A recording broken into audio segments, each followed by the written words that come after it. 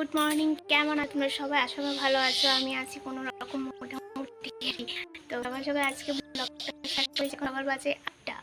তো আমি এখন না এখনই কী বলছি এসব, মানে কি বলবো, অনেক দিন পর ব্লগ স্টার্ট করলাম। আবার করবো ভাবছি, বাট করা হচ্ছে না। শরীরের অবস্থা ভালো না, দেখে বুঝতেই পারবো। যারা আমার লাইভে আসো বলি, লাইভে যাওয়া হয়, মাঝে মধ্যে যাওয়া হয় না। তার মধ্যে রিলও ভালো করে বানানো হয় না, ঠিক আছে। তো এখন থেকে দেখি পারি কি না। ডেলি একটু চেষ্টা করবো মিনি ব্লগও দেওয়ার, বা ডেলি একটু বলি পারি না দিতে। শরীরের অবস্থা যা খারাপ বলার মতো। তো একটাই প্রবলেম হয়ে গেছি, সকাল সকাল কেউ এখন বাড়িতে নেই। আর তার মধ্যে গতকাল রাতে গ্যাসটা ফুরিয়ে গেছে, বাট গ্যাস হলে আজকে আর রান্না হবে না। কি যে করবো, এতক্ষণে আমি অর্ধেক রান্না করিনি।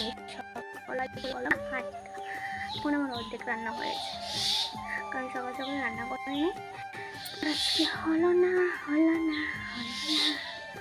তো চলো ব্লগটা কন্টিনিউ দেখতে থাকো। আর কী করি, আর গ্যাস কোন সময় আনে তাও জানি না। তো ব্লগটা কন্টিনিউ দেখতে থাকো। গায়ে স্নান করে আসলাম এইমাত্র, এখন বাজে 8:30। তো তারপর তোমাদের সাথে কথা বলে আর কি, থাল বাসন মেজেছি, তারপর স্নান করেছি, ঘরে জল এনেছি।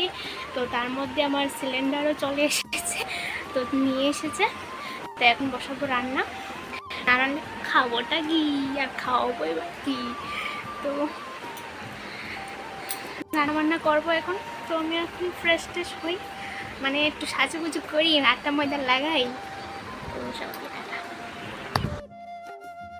দুধটা জালটা দিয়ে নিই, তারপর ভাতের হাঁড়িটা বসাবো, ঠিক আছে। আর এদিকে একটু রাতে চাটনি করেছিলাম, একটু চাটনি আছে, আর তরকারিটা আনবো।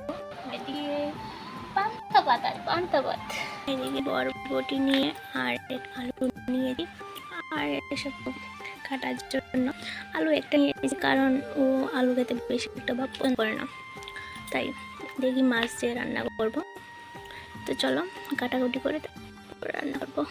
রান্না বান্না সেরে তো শুয়ে গেলাম নিচে, কারণ প্রচণ্ড গরম, খাটে শোয়া যাবে না। তো ভিডিওটা এই পর্যন্ত, আমি ঘুমাই।